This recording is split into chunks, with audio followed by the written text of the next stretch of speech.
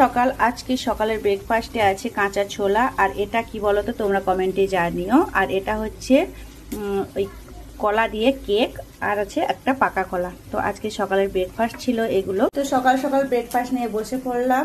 তো একদম healthy breakfast. তো চলো খেয়ে নিই দেরি না করে। তো আমার তো দেখেই লোভ লাগছে, আগে খেয়ে নিই, তারপরে তোমাদের সঙ্গে কথা বলছি। প্রত্যেকদিন তো মানে সকালে রান্না হয়ে যায়, আর যেহেতু রবিবার সকাল সকাল রান্না হয়নি। আর এদিকে দেখো আলু, পেঁয়াজ, আদা, রসুন এখন কাটছি। তোমাদের দাদাভাই গেছে বাজারে মাংস আনতে, ও এলে তারপরে রান্না বান্না করবো। ও ফোন করে বললো যে আমার একটু যেতে লেট হবে, আর আমি গেলেই রান্না করবে, তাহলে মাংস নিয়ে যাচ্ছি। তো তুমি আদা, রসুন, পেঁয়াজ কেটে রাখো। এই যে বসেছি আদা, রসুন, পেঁয়াজ কাটতে। এগুলো কেটে রাখলে তাড়াতাড়ি হয়ে যাবে রান্নাটা।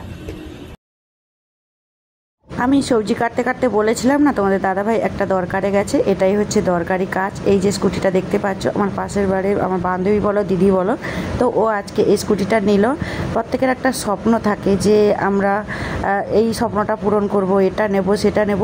তো এদেরও এই স্বপ্নটা ছিল যে স্কুটি নেবে, তো তাই জন্য ওদের আজকে একটা স্বপ্ন পূরণ হলো।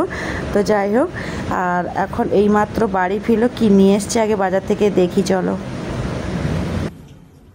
এইমাত্র মাংস নিয়ে বাড়ি ফিরলো, তো এই জন্য মাংস নিয়ে বসেছি ধুতে। মাংসগুলো ধুয়ে পরিষ্কার করে নিব, তারপরে রান্না বসাবো। আলু, পেঁয়াজ, মাংসের জন্য সব কাটাকুটি হয়ে গেছে, শুধু রান্নাটা হবে। তো চলো মাংসগুলোকে আগে ধুয়ে নিই। বলেছিলাম খাসি আনতে, এনেছে মুরগি। কার না রাগ ধরে বলো। মাংসটাকে তো ধুয়ে নিয়ে আসলাম, আগে থেকেই মশলাটা মানে কেটে পেটে রেখেছিলাম। এখন মাংসটা রান্না করার জন্য পেঁয়াজ, আদা, রসুন আর টমেটো মশলাটা দিয়ে কষিয়ে নিয়েছি। আর এখানে মাংসটা আজকে পুঁই ডাঁটা দিয়ে রান্না করছি। এই পুঁই ডাঁটা দিয়ে মাংস খেতে কিন্তু ভীষণ ভালো হয়। এই পুঁই ডাঁটা না আমার মা পাঠিয়েছিল দেশ থেকে, আর ভীষণ স্বাদের। পুঁই ডাঁটাগুলো বেশ মোটা আর খেতেও বেশ ভালো লাগে। তো চলো মাংসর সাথে পুঁই ডাঁটাগুলো আলু দিয়েও কষিয়ে নিলাম। এবার জল দিয়ে একটু ফোটাতে দেবো। তো আজকের মতো ব্লগটা এই পর্যন্ত। তোমরা সবাই ভালো থেকো।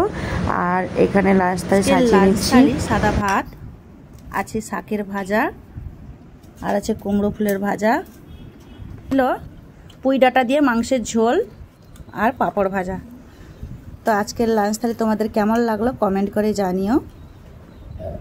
এখন দুপুরের খাওয়া দাওয়া শেষ করে আমরা সবাই মিলে রেডি হয়ে ভাবলাম চলো নতুন যখন গাড়ি এসছে সবাই মিলে তাহলে চলো কন্যাকুমারী থেকে ঘুরে আসি। আর এসেই আমার প্রথমে কিন্তু এই যে দেখতে পাচ্ছ ফুলের টবগুলো ভীষণ ভালো লাগছিল দেখে, তো আমি এখান থেকে নিয়ে দামগুলো জিজ্ঞেস করলাম। তো যাই হোক আজকের মতো ব্লগটা এই পর্যন্ত। কেমন লাগলো অবশ্যই কমেন্টে জানিও।